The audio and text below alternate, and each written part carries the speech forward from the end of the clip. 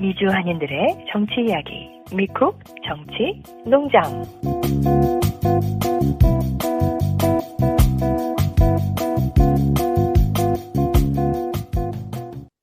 안녕하세요, 애청자 여러분. 미쿡 정치 농장 노글입니다. 염소 아저씨, 양이님, 헬로우. 헬로, 안녕하세요. 안녕하십니까. 아니, 굿텐탁. 안녕하세요. 제가 원래 그러는데 오늘 헬로우 이렇게 한번 특이하게 해봤더니 왠지 당황한 기색이 역력하신 것 같은데요. 네, 제가 하던 대로 안녕하세요 이렇게 하겠습니다. 7월 말 이쯤 되면 진짜 그 한여름 정말 바캉스라 그러죠. 그런 뭐 피서도 많이 가고 그러는 시기인데, 제가 워싱턴 DC에 정전 협정 70주년 기념 행사를 다녀왔습니다. 네, 행사한 날이 36.67도 예. 서씨로. 그때가 제일 더울 때였어요. 예, 그래가지고 너무 더워가지고서 제가 진을 다 뺐던 그런 하여튼 고생 많이 하셨네요. 하여튼 그 7.27 정전협정 평화 촉구 그 행사를 우리 들어가는 마당에서 좀 자세하게 좀 보여주시죠. 네, 제가 좀 영상을 좀 찍어 왔기 때문에 그 영상을 좀 보여드리도록 하겠습니다.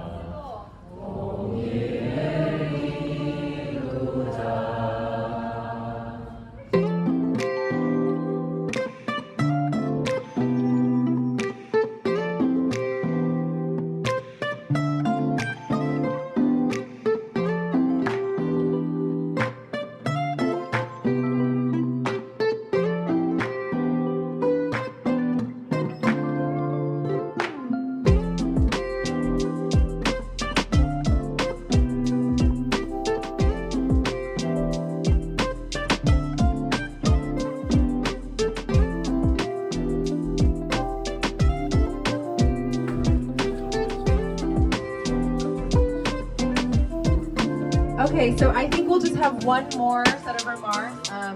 Shin, Kim. Hi, Shin. Okay, so as you all probably know, we have a group of 30 under 30 activists.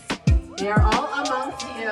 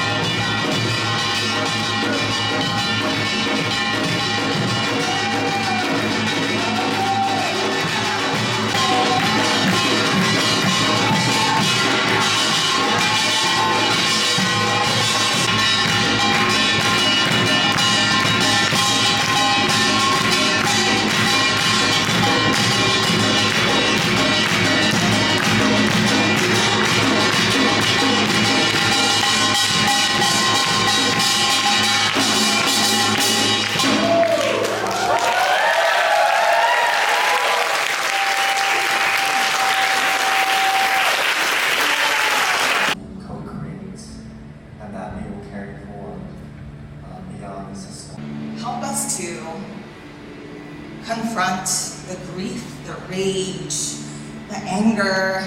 For healing, what do you wish to heal in this ceremony?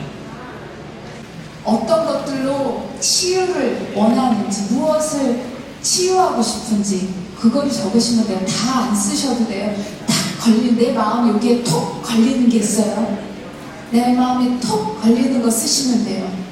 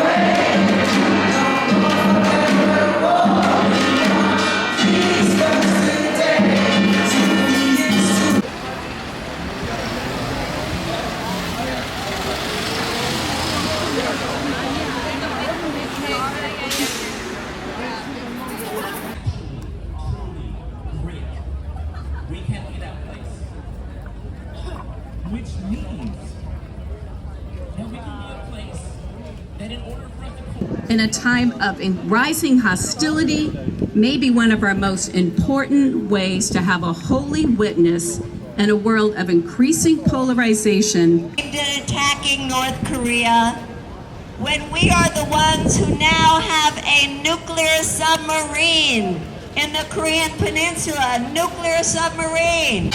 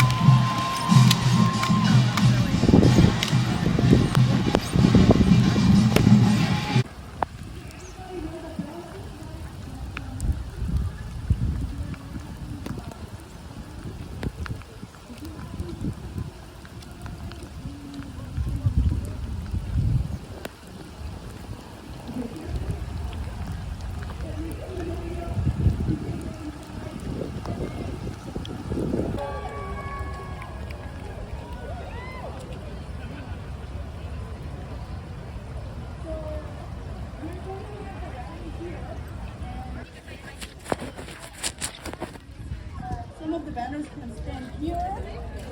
Some of the signs stand on that side. Okay, one more time. New York bus, Korean American Peace Fund bus is leaving soon. So please. Disregarding the human suffering of North Korean people through sanctioned travel bans and international legal frameworks which further isolate the DPRK. We sin by allowing our nation to collectively forget this war, though it is yet unended. We sinned by breaking our promises and agreements to the DPRK.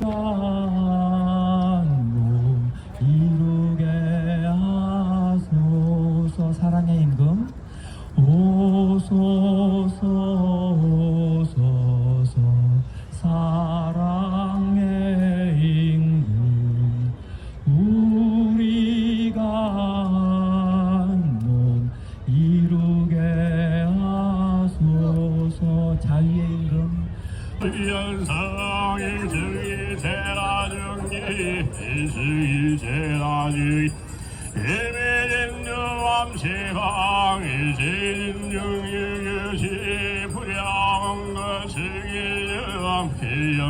주시 불양 부세입 세우상여 잉배양난 결필성 저발심지면장가 생성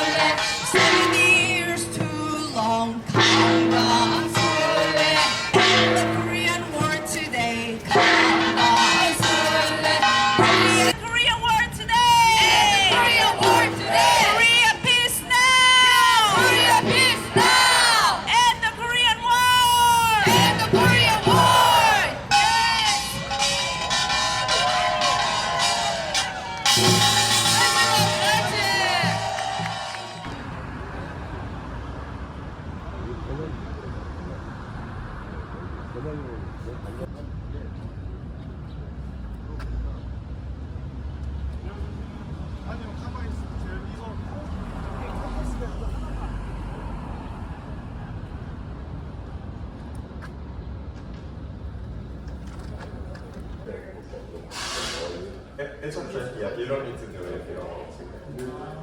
아니 안 하셨대요. 가져가시는 거.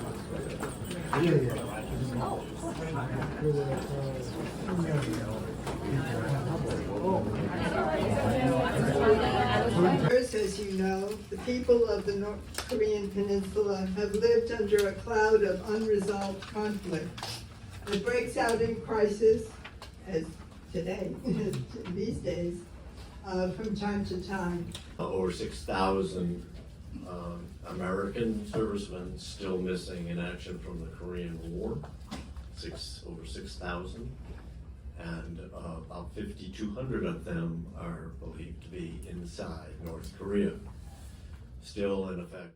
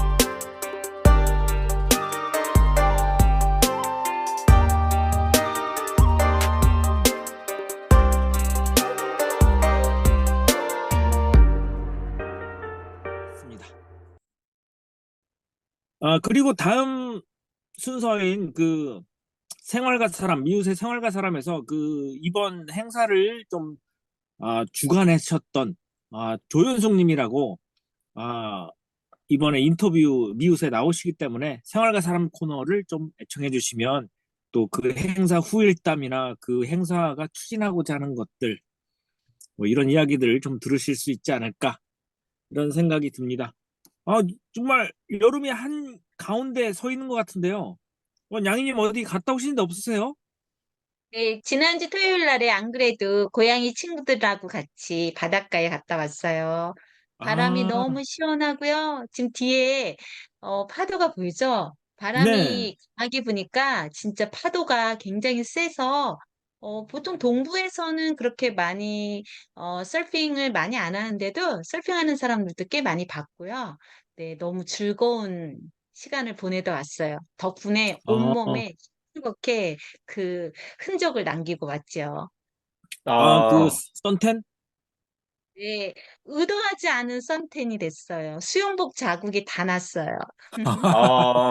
그렇게 더웠나요? 근데 날씨 얘기, 노스캐롤라이나 날씨 지금 제가 말씀을 드리고 싶은데, 네네, 내가 하시죠. 어제 그 커네티컷의 박 사장하고도 통화했는데, 월요일 오후에 비가 한번 쫙 내리고 나서 한 10도 F 정도가 쫙 떨어졌어요. 지금 벌써 한 하루가 넘었죠? 근데 네, 여기 커네티컷도 통화를 했는데, 이 10도 F가 떨어지니까 이 천국으로 변하는 거예요, 이 세상이. 그 전까지 정말 더웠거든요. 아침, 저녁, 밤 다 더웠어요. 계속 90도 이상으로. 근데 네, 한 10도 떨어지니까 이제 아침, 저녁으로는 80도 아래 내지는 70도 위. 그다음에 낮에는 물론 90도 조금 안 되려고 하는데 이렇게 되니까 그 한 1, 2주 전보다 와, 너무 좋은 거예요, 이제. 살 것 같다. 그래서 그렇게 날씨 변화가 지금 있습니다. 그럼요. 지금 근데 반대로 생각해 보세요. 근데 이렇게 한 7, 8도 F 차이가 이렇게 사람을 완전히 다르게 하는데 그 며칠 전에 그 95도 몇 도 올라가는 거에서 또 몇 도가 더 올라간다면 그럼 그때는 또 어떻게 될 것인가? 이것도 생각해 봤거든요. 야, 이거 정말 굉장히 민감한 거구나. 그 몇 도 F가 이런 걸 느끼고 있습니다. 뭐 요즘 같은 때 정말 영화 한 편 보면서 정말 최고의 비서? 휴가 뭐 이런 것이 아닐까 이런 생각 드는데 양이님은 저번 주에 영화 사운드 오브 프리덤 보셨는데 또 보신 게 있으신가요? 네, 안 그래도 화요일 날 어저께 또 AMC에 가가지고요. 오펜하이머라는 영화를 봤어요. 그거 사실 요새 유행이죠. 예. 네, 되게 유명한데 저는 그냥 이름은 많이 들어봤지만 정확하게 그 사람이 어떤 존재였는지에 대해서는 아무 생각이 없었어요.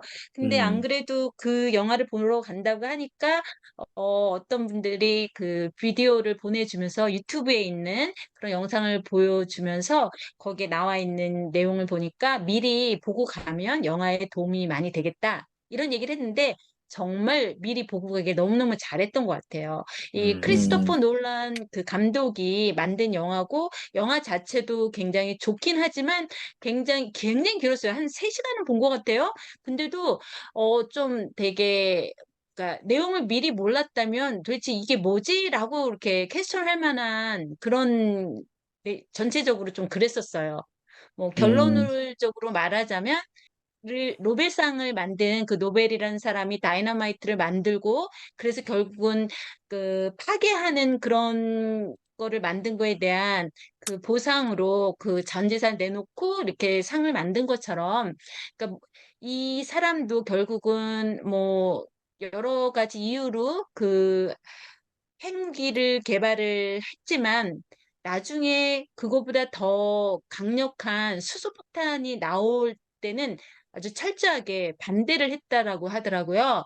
그리고 뭐 또 내용에 이렇게 보면은 미국에서 왜 이렇게 서둘러서 핵무기를 만들었고 또 필요 이상으로 뭐 그때는 뭐 2차 세계대전을 이제 끝내야 된다는 그런 사명감도 있었겠지만 그 이상으로 핵무기를 떨어뜨렸고 그 일본의 히로시마 말고 또 뭐 이런 식으로 나가사키. 예. 네, 예. 그런 것처럼 우리가 또 몰랐던 그런 내용들도 많이 좀 나왔던 것 같아요. 예, 우리 책 읽기 모임에서 노엄 첨스키 교수가 얘기했듯이 핵을 사용해서 인류를 살상시킨 최초의 국가가 미국이고, 그때가 미국이 세계 전체를 좌지우지하는 권력의 정점이었다고 이렇게 평가하잖아요. 그러니까 그 오펜하이머 핵 개발이 사실은 지금 우리의 현재 상태를 만들어낸 굉장히 중요한 영향력을 끼친 그런 사건이었다고 보죠. 영화는 저는 보진 않았지만. 그럼 양이님, 미국이 최초이자 유일한 국가인 거예요. 핵무기를 사용한. 그러니까 지금의 세계 질서가 거기서 나온 거예요. 그냥 딱 지금. 맞아요. 예. 지금 좀 주제가 좀 벗어났는데 양이님 그러면 영화를 추천한다, 비추천한다, 보길 당연히 권장하시겠어요? 추천하죠. 저는 많은 사람들이 그걸 영화를 보고요. 또 우리가 좀 생각해 봐야 될 것 같아요. 거기에서도 미국이 왜 이렇게 핵무기에 집착하고 막 만들기 위하고 그 맨하탄 프로젝트라고 해가지고 그냥 이런 과학자, 물리학자들을 모두 막 뉴멕시코에 그 외부랑 전혀 완전히 나가지 못하게 차단을 해놓고 그렇게 개발을 시켜요. 근데 그게 러시아를 이기겠다는 생각, 또 예를 들어 오펜하이머 같은 경우는 부모님이 그 독일계 유태인이라고 하거든요. 그래서 독일에서 핵무기를 만든다고 하니까 그 독일보다 먼저 해야겠다는 그런 생각. 그러니까 여러 가지 이유 때문에 시작이 됐지만 어쨌든 살상 무기잖아요. 너무나 엄청난 그렇죠. 사람이 죽었잖아요. 그리고 지금도 그걸 위협을 받고 있고. 오늘 저희가 날씨 이야기로 좀 이야기를 시작했는데 우리나라에서 지금 짐볼이 대회가 세계 짐볼이 대회인가요? 이것이 열리고 있는데 이게 문제가 되고 있다 그러죠? 네. 저는요, 저희 아들이 그 현재 보이스카웃이고요. 또 큰아이들 같은 경우는 보이스카웃으로 이글스카웃도 다 받았던 그런 스카웃을 둔 엄마이기 때문에 굉장히 관심이 많았고 한국에서 이걸 한다고 했을 때 우리 아들을 좀 보내고 싶다. 그런 생각을 했었어요. 근데 지금 요 며칠 계속 뉴스에 나오는데 이게 일단은 제25회 세계 스카우트 잼버리, 그 잼버리 이 행사가 4년마다 열리고 있대요. 근데 요번에는 전라북도 부안군 새만금에서, 우리 새만금 하면 굉장히 유명하잖아요. 거기가 간척지로 돼 있고, 네, 그 되게 유명하기 때문에, 그러니까 여러 가지 의미가 있어서 그렇게 장소를 정한 것 같고, 이렇게 찾아보니까 이미 4월, 5월 달부터요, 이 문제점들이 많이 이렇게 제기가 됐더라고요. 미리 많은 관계자들이 준비를 하고 그 스몰 이런 잼버리 행사처럼 실제로 그 연습 삼아 했었대요. 근데 그때도 문제점들이 보였는데 계속 많은 사람들이 제기를 하고, 그런데 왜 그랬는지 모르겠지만 어쨌든 그 위원장 같은 사람은 뭐 자기네들이 준비를 철저히 했으니까 믿어라 이런 얘기를 좀 했더라고요. 근데 결론적으로 요번에 행사가 있기 바로 전에 집중호우가 와서 새만금이 간척지잖아요. 근데 안 그래도 조금 이렇게 마른 땅이 아닌데 거기에 집중호우가 와서 엄청나게 습한 거예요. 습한 데다가 그러니 막 그 모기도 얼마나 많겠어요. 막 그 벌레 물리고, 그리고 그 제대로 그늘도 없는 상태니까 처음에는 그 행사가 8월 1일부터 8월 12일까지 전체 행사가 이렇게 진행이 됐는데 첫날에 40명 정도가 쓰러졌고, 그러고 나서는 나중에 400명까지 현재 막 800명까지 이렇게 리포트가 되고 있더라고요. 아주 뭐 모기 물려서 온 사람, 아예 쓰러진 사람. 근데 나는 좀 이 기사들을 보다가 너무 기가 막혔던 게 뭐냐면 이 조직위에서는요, 이 행사 자체가 스카웃을 위한 행사잖아요. 스카웃은 뭐 저희 아이들도 그렇지만 기본적으로 야영하는 거를 되게 많이 연습을 해요. 그리고 네네. 실제로 야영을 하고요. 그렇기 때문에 이 행사에 주최한 측에서 그러니까 한국의 그때가 얼마나 더운지에 대해서 충분히 얘기해서 참가자들이 그걸 인지를 하고 있고, 또 이 스카우트들이 정신력이 강하고 야영 생활에 익숙하기 때문에 크게 문제가 없을 거다. 이런 발언을 한 거예요. 전 그거 보면서 또 12구 이태원 참사 생각났어요. 얼마나 많은 사람들이 한국을 믿고 왔겠어요. 야, 요번에 이거 딱 그니까 딱 듣자마자 그 생각 나네요. 이태원 참사를 세계화 시켰구나. 이렇게. 딱 아니, 그거잖아요. 요번에 이제는 세계 사람, 세계 청소년들까지 이 위험한 지경에 그러니까요. 빠뜨리는 이런, 아유, 정말 땡볕이더라고, 보니까 땡볕. 아, 그 무식한 얘기를 사람들, 하니까 진짜. 어떤 저기 사람들은요, 혐한 제조 축제라는 그런 자조성 글도 남겼고요. 그러니까 일단 요번에 참가국이 152개국에서 43,000명이 신청을 했대요. 그런데 도대체 이게 예상이 안 됐던 게 아니라 충분히 예상이 됐고, 한국은 원래 여름이 되면 장마 홍수가 있는 나라잖아요. 그리고 새만금이라는 간척지가 어떤 데라는 데 충분히 아는데 왜 이런 걸 준비를 못 하는지, 그러면서 보나마나 진짜 이것도 전 정부 탓이라고 그러겠죠? 전 정부에서 했고 전라도에서 했고 그러니 다 또 이 정부에서는 나 몰라라 했겠죠. 하지만 제가 사진을 봤는데 그 윤석열 대통령이 그 스카우트 옷을 입고 넘어진 장면을 옆에서 스카우트 이렇게 어린 사람들이 이렇게 부추기고 그러는 걸 봤어요. 그거 보면서 진짜 욕 나오더라고요. 좋을까? 여기서 정말 저는 이렇게 한국에 있지도 않은 미국에 있는 고향이지만 누군가 다쳐서 한국에 또 이렇게 어떤 식으로든 해가 되는 그런 일이 벌어지지 않을까 두려웠는데 거기서 이렇게 신이 났을까요? 그 상황을 보면서. 아, 예. 저도 뭐 그 뉴스를 좀 듣긴 했는데, 너무 더운데 있을 데가 없다 그러더라고요. 텐트 안에 들어가면 막 40도 이래 넘어가니까, 이제 밖에가 35.5도 이렇게 되는데, 이제 비닐하우스 효과죠. 이제 온실 효과. 그 텐트 안은 뭐 굉장히 덥다 그러더라고요. 그래서 이 젊은 친구들이, 청소년들이 어디 갈 데가 없어가지고 편의점을 그래 간다 그래요. 그러니까 편의점을 갔는데 줄이 30분, 40분 이렇게 돼야지 들어갈 수가 있다 그래요. 거기 안에는 이제 에어컨도 있고 음료수도 팔고 하니까 돈 얼마 좀 들고서 거기 가서 좀 있으려 그러는데 그거마저 들어가기가 쉽지 않다고 뭐 그런 얘기가 있어서 그 지금 양희님 얘기 들어보니까 예전에 그 해병대 캠프, 체험 캠프 뭐 이런 거 있었거든요. 그래서 야 거기서 그냥 또 뭐 사고 났었죠. 네네. 그래서 야, 좀 약간 그런 거 비슷한 게 아닌가. 이거 좀 대처가 굉장히 안일한 게 아닌가. 뭐 호텔 왔어? 뭐 이렇게 얘기하면 할 말이 없는 거예요.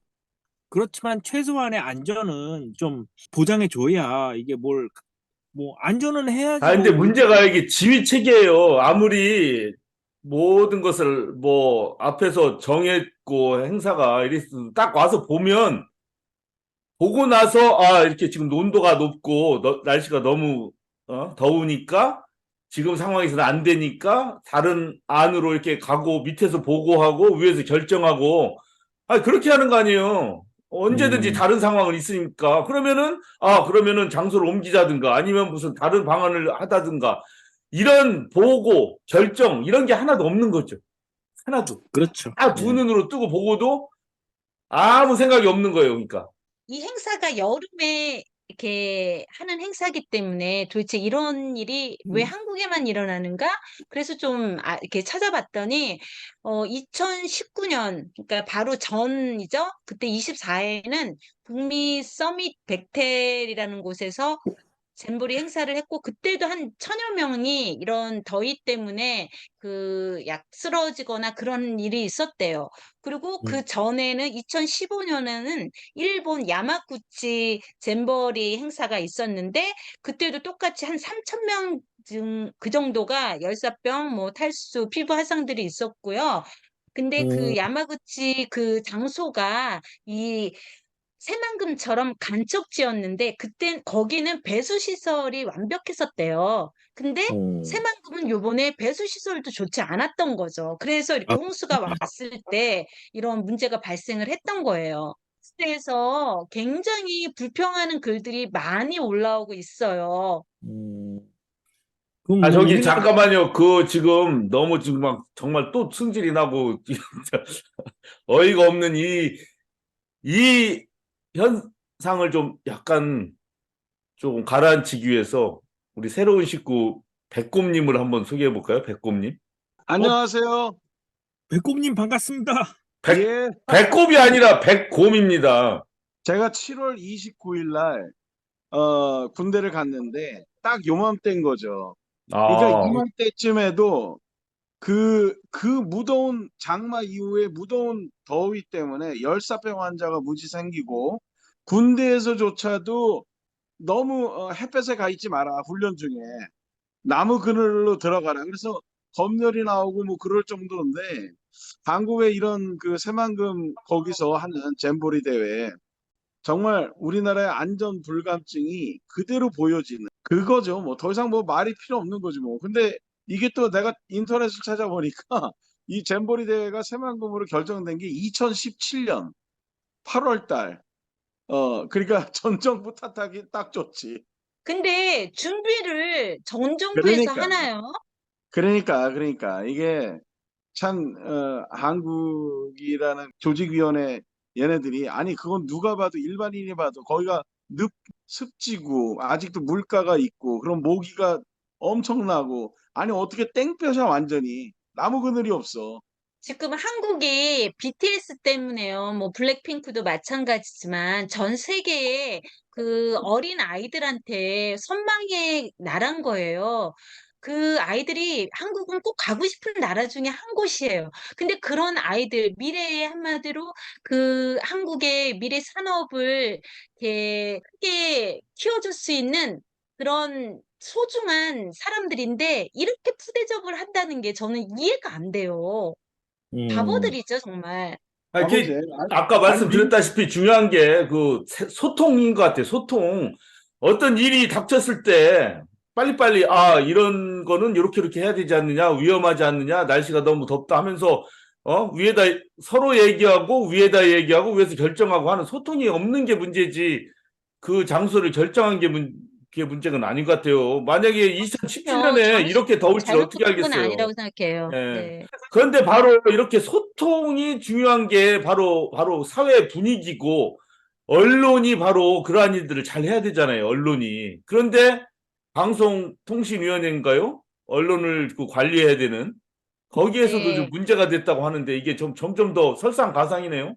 우리 지금 방송통신위원회 그 위원장을 우리 이미 올 초부터 윤석열 대통령이 이동관 그 대통령실 대외협력 특별보좌관을 글로 옮기고 싶어 했었잖아요.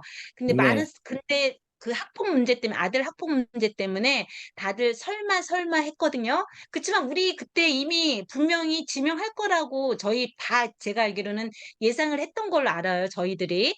네. 근데 아니나 다를까 지명을 했어요.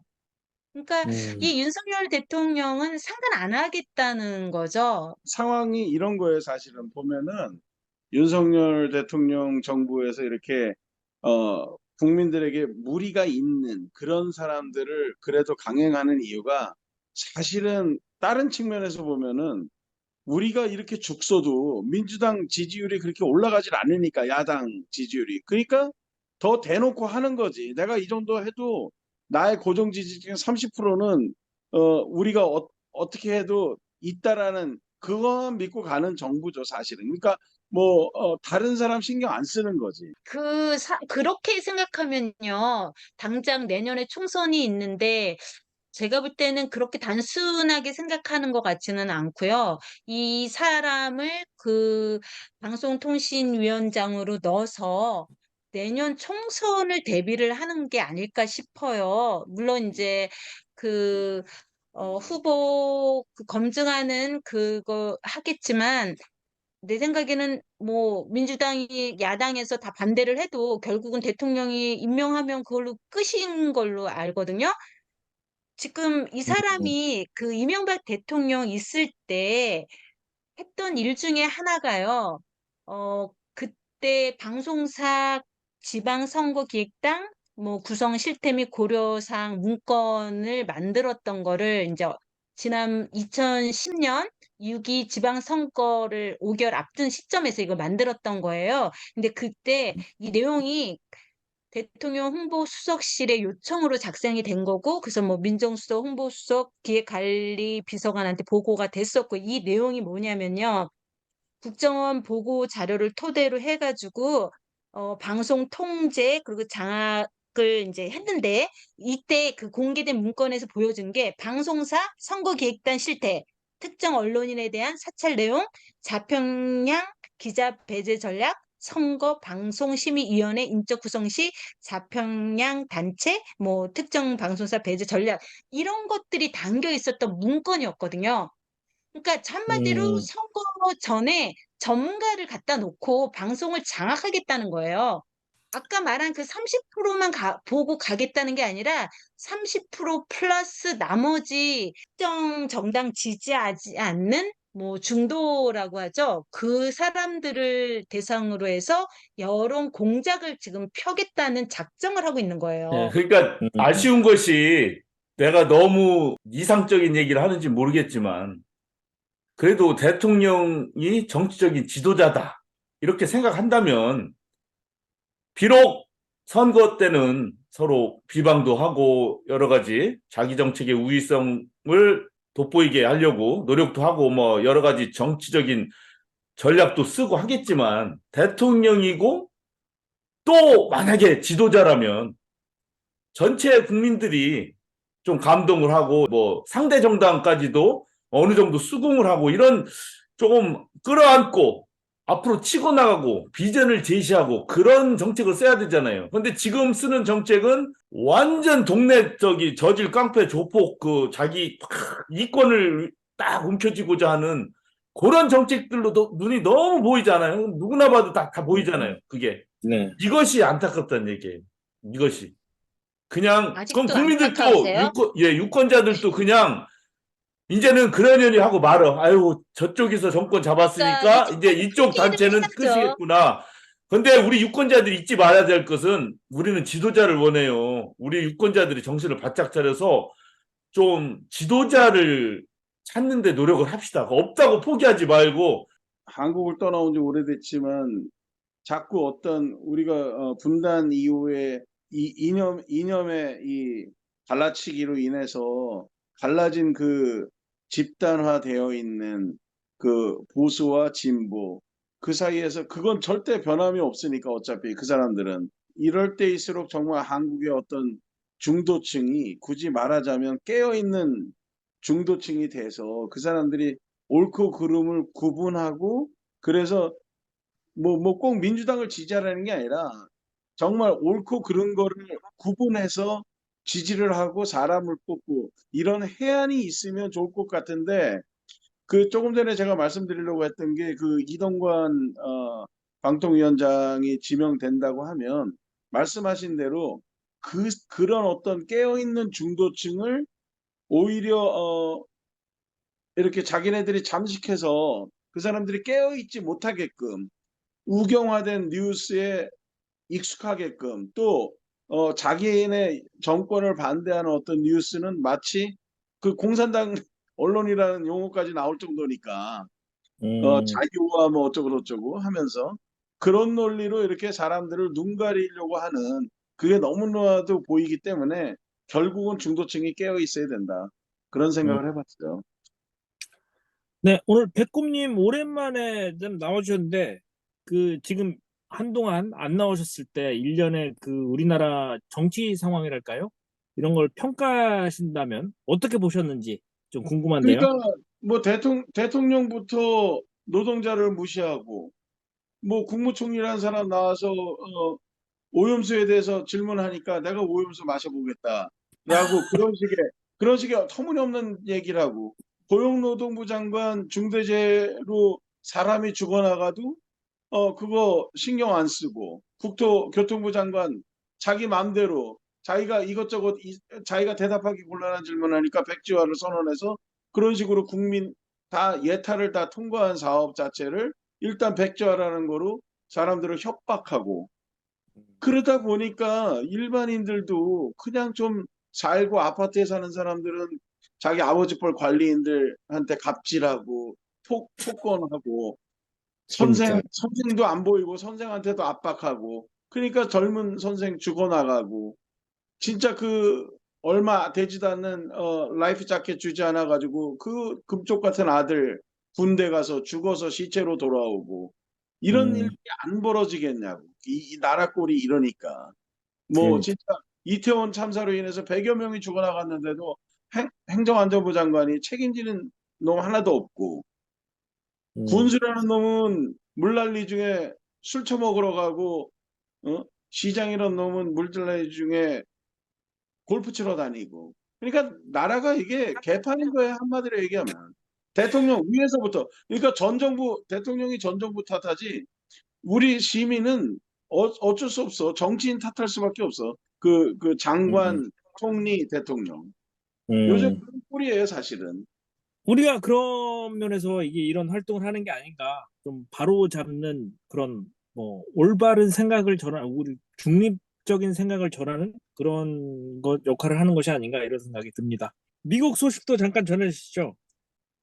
미국 정치 소식 아주 중요한 소식입니다. 간단하게 하나만 전해드릴게요. 자, 여러분 어제 얘기 들으셨죠? 트럼프 전 대통령이 이제 3번째 기소가 됐어요. 그 전에 뭐 허시머니 그 여배우한테 돈 준 거 그거 문제됐고 그 다음에 와라라고 거기에 비밀 물건을 잘못 처리한 문제 기소가 됐고 이제 3번째 문제는 바로 선거 부정에 대한 그 거짓말입니다. 그래서 정확하게 그 언론에 지금 많이 나오고 있는데 우리 미우새 식구들한테 간략하게 요약을 해드리겠습니다. 그 잭 스미스 특별검사 스페셜 카운슬이 어제 8월 1일 화요일 날 법무부에서 트럼프 전 대통령에 대한 기소 내용을 공개 설명했습니다. 첫 번째 죄는 2020년 미국 대통령 선거 결과를 알면서도 아주 광범위하면서도 반복적으로 이를 뒤집기 위해서 선거 결과를 뒤집기 위해서 득표수가 맞지 않다, 뭐 조작됐다, 뭐 이런 얘기를 유포한 겁니다. 명백한 거짓말, 사기를 유포한 거예요. 증거 하나도 없는데도 계속 그게 맞다고 주장하지 않습니까? 그 다음에 2021년 1월에 각 주의 선거 인증 절차를 조직적으로 막으려고 계획했어요. 그래가지고 조지아에 전화하고 아리조나 전화해가지고 그 선거관리위원한테 막 협박하고 그랬죠. 몇만 표를 트럼프가 이긴 걸로 해라. 뭐 이렇게 했으니까. 예.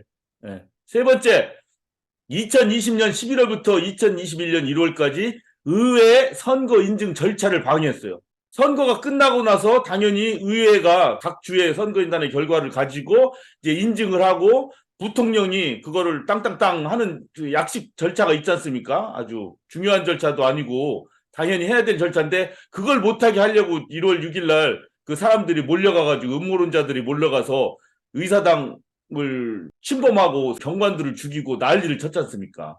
이 죄악을 진 거죠, 트럼프가. 그다음에 네 번째 죄는 트럼프 및 음모론자들이 유권자들의 투표 행위에 관해 압박하고 위협하고 협박했다. 이 민주주의에 있어서 가장 중요한 게 사람들의 투표인데 그거를 막 위협하고 협박하고 못하게 하고 이렇게 한 죄를 저질렀어요. 이렇게 4가지 죄로 딱 요약이 됩니다.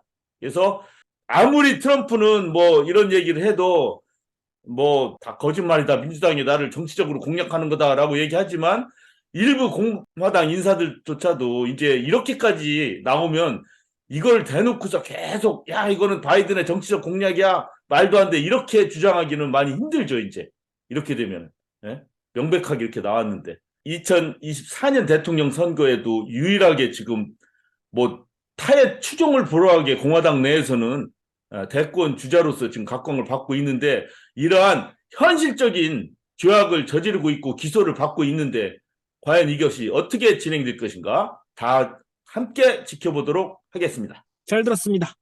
오늘 뭐 이런저런 얘기 나눴는데요. 뭐 가장 중요한 건 우리들 아니겠습니까? 날씨 더워지는데 스스로의 건강은 좀 스스로 어떤 기관에다가 지금 맡겨야 될 그럴 범위를 좀 벗어난 것 같아서 들으시는 애청자 여러분들께 당부 말씀을 좀 드리겠습니다. 오늘 함께 해주신 분들 배꼽님 너무 감사드리고요. 함께 해주셔서 다음 주에 또 뵐 수 있도록 소망합니다. 오늘 함께 해주신 분들 너무 수고하셨습니다. 감사합니다. 해외 동포들을 위한 유용한 정보나 행사, 이벤트 등 알리고 싶으신 것이 있으시면 미우새에 알려주세요. 다음에 또 만나요.